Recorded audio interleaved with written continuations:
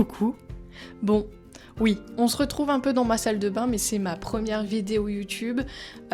Et aujourd'hui, j'avais envie de me libérer, de me livrer sur mon mois de mai. Donc on va se préparer ensemble.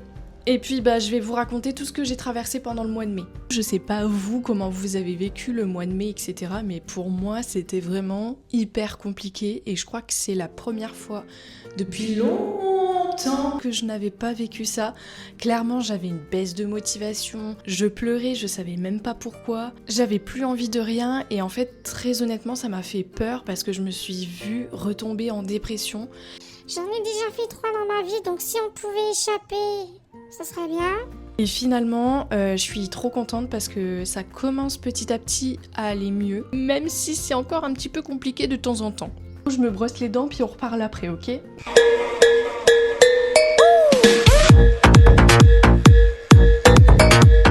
Pour ceux qui me connaissent pas, moi c'est Méline, je suis cartomancienne, je suis un peu dans la spiritualité, dans le développement personnel, etc. Et du coup ce mois de mai m'a vraiment chamboulée, je comprenais pas pourquoi, vraiment je ne comprenais pas pourquoi et du coup je suis allée voir mon thème astral. Il faut savoir que c'est pas parce qu'on est dans la spiritualité qu'on connaît parfaitement son thème astral ou sa numérologie, etc. Parce que c'est des domaines en fait bien spécifiques et moi je n'y connais rien là-dedans. Mais vu que j'étais vraiment pas bien là durant ce mois de mai, en fait je me suis dit go, en fait je vais aller explorer mon thème astral et tout. Et en fait là j'ai compris que j'étais bélier. Ça je le savais, hein, c'est mon signe principal, mais j'étais bélier, ascendant scorpion, signe lunaire en taureau, et en gros j'ai compris que, je sais pas si je vais bien vous l'expliquer, mais en gros la nouvelle lune est rentrée en taureau, donc courant du mois de mai, je sais pas quand exactement, ensuite il y avait le scorpion qui rentrait en jeu avec des certaines planètes, Uranus, machin, tout ça. Et bref, en fait j'ai compris et je me suis dit ah d'accord, en fait c'est pour ça que je traverse une tempête émotionnelle. D'accord. Et du coup, tout ça c'était super dur à gérer.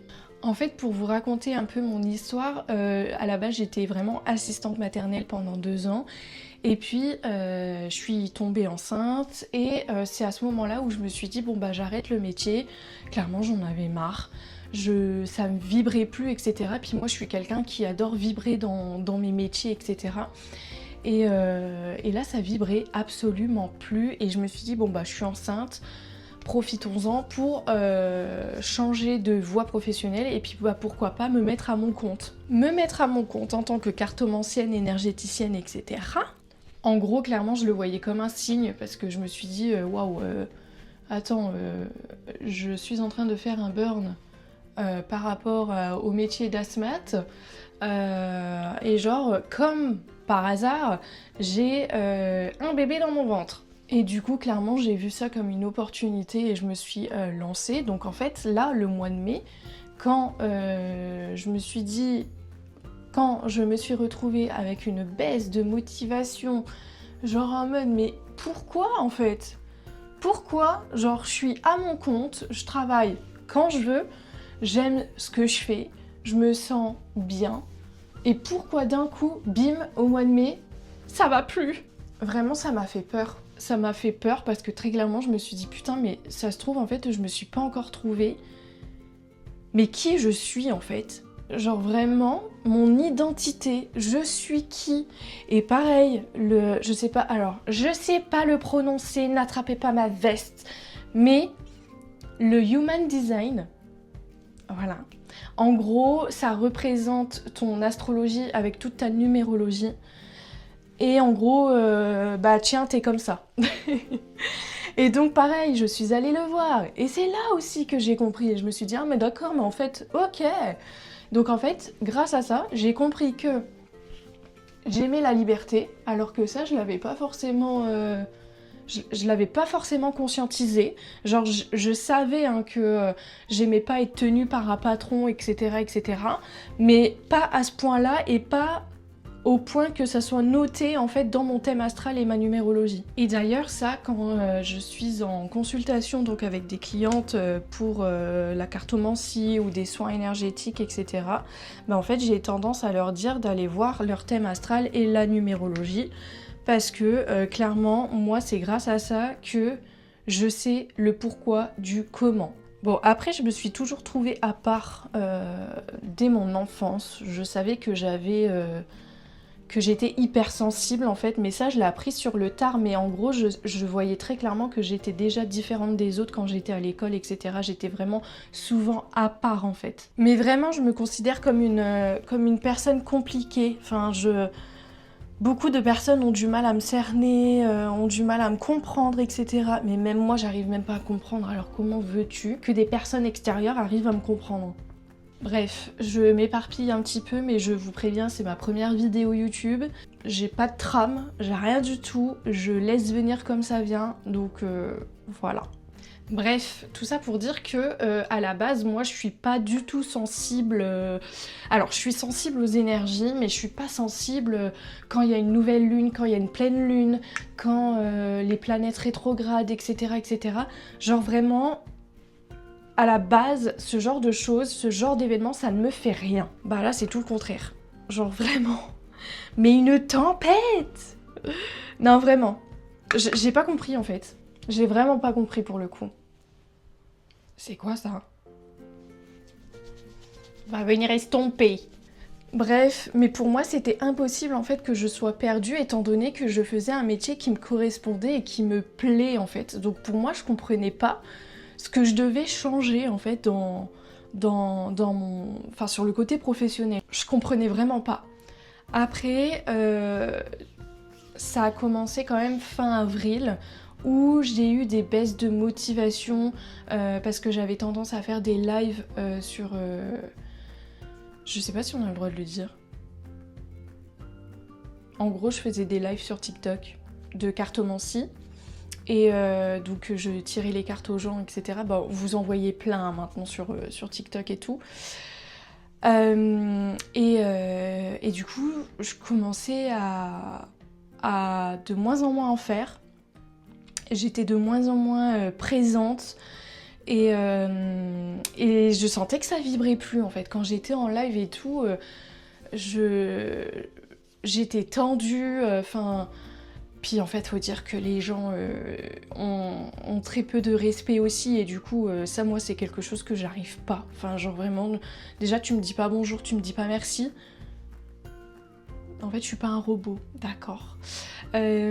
Bref, c'est un truc à part, mais bref, en gros, je faisais de moins en moins de live et tout, et je sentais vraiment une baisse de motivation qui commençait à arriver, mais je me suis dit, bon bah je fais des lives parce que, en fait, quand t'es auto-entrepreneur, t'as besoin de te montrer sur les réseaux, c'est comme ça, maintenant c'est comme ça. Genre, tu dois te montrer sur les réseaux, tu dois te vendre, enfin, en gros, t'as plein de casquettes, et je crois que moi, j'étais fatiguée, en fait, de me vendre. Ouais, je crois que j'étais fatiguée de ça en fait. Donc du coup, bah, je me suis dit que j'allais arrêter les lives pendant le mois de mai, que de toute façon ça servait à rien de forcer, parce qu'en fait plus tu forces sur quelque chose que tu n'es plus aligné, plus ton désalignement va durer en fait. Et moi, mon objectif c'est de me retrouver en forme assez vite en fait. Donc j'ai pas forcé, j'ai laissé venir jusqu'à ce que des signes arrivent. Des signes de l'univers. Donc j'ai eu des heures miroirs, j'ai eu une phrase qui se répétait une fois, deux fois, trois fois, et là tu te dis ok, genre ok on me parle, l'univers me parle, d'accord. Et donc après j'ai commencé à comprendre, à réfléchir, etc. Et puis bah, j'ai compris. J'ai compris qu'en fait on voulait simplement que je revienne à ce que je voulais faire à la base des bases quand j'ai créé mon entreprise. C'est-à-dire que quand j'ai créé mon entreprise, à la base, je voulais être coach en développement personnel. Donc voilà, pour les femmes. Et du coup, ça s'est pas fait parce que le syndrome de l'imposteur, coucou.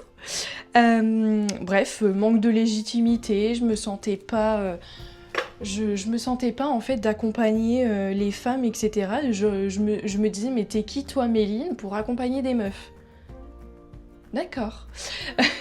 Et pourtant, j'ai fait une formation, j'ai la certification, etc. Et puis en fait, il faut savoir un truc, c'est que mes copines, là, mes amis, ceux qui sont dans mon entourage, je les coach en fait, sans même que je m'en rende compte. Donc là, ce mois de mai, je me suis dit, non mais en fait, ça suffit. Ça suffit. Pourquoi tu ne te lances pas? Genre vraiment, lance-toi. Au pire, si ça foire, bah c'est pas grave, tu rechangeras. Tu vas rebondir dans tous les cas, parce que j'ai toujours réussi à rebondir. Mais essaye en fait, lance-toi. Et clairement, genre on me pousse à le faire.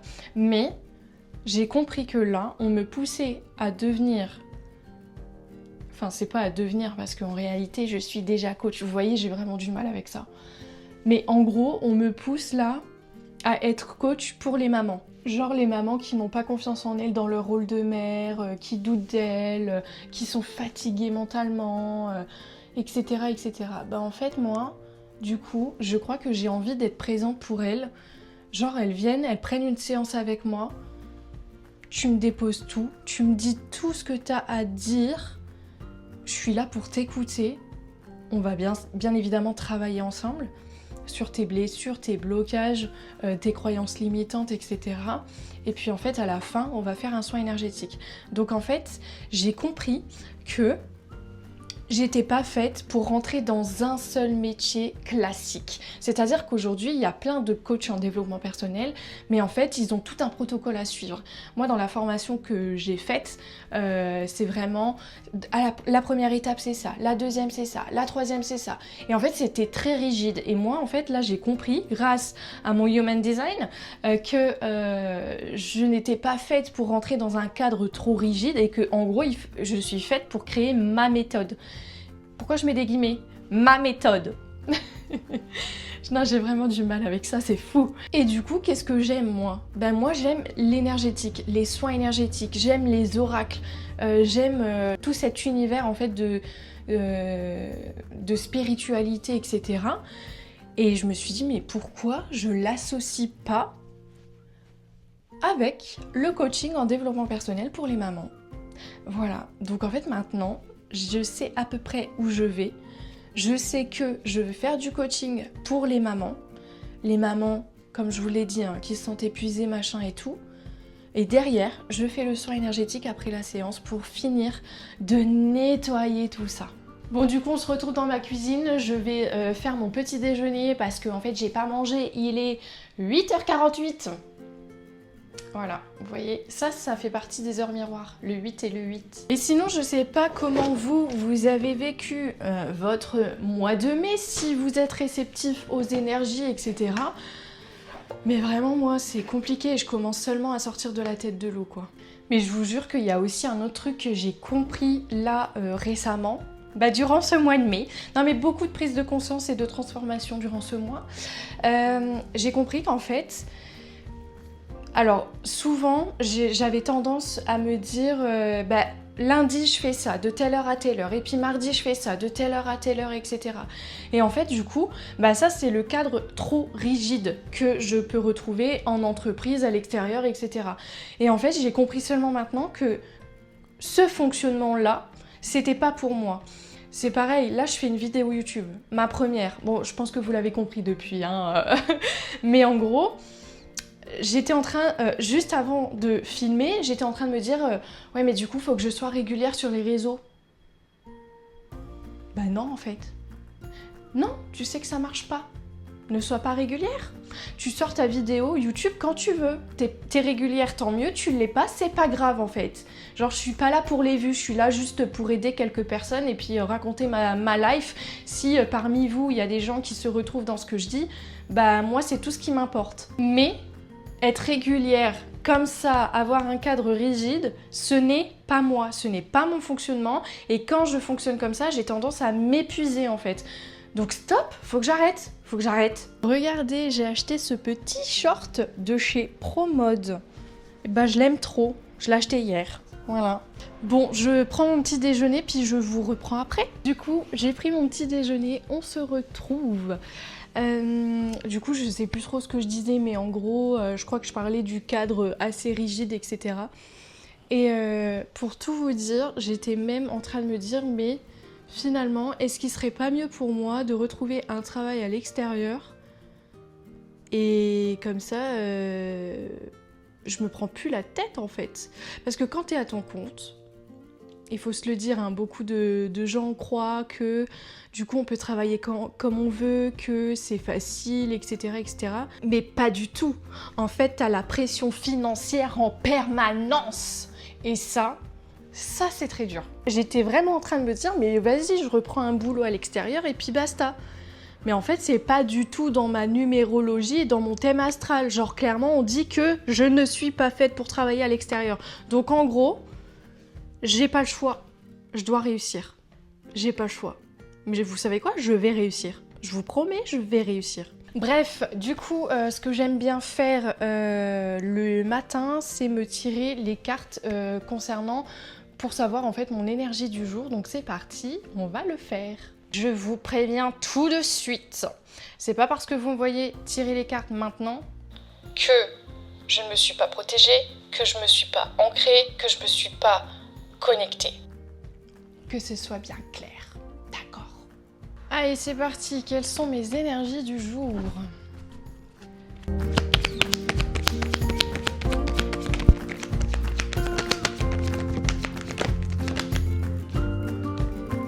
Ok, incroyable. Clairement, on me dit qu'en fait, je suis en train de continuer mon nettoyage profond, ma transformation, etc. Donc, ce que je vis en gros sur le mois de mai, ben, en gros, ça continue, tu vois. Le nettoyage profond, il continue à se faire.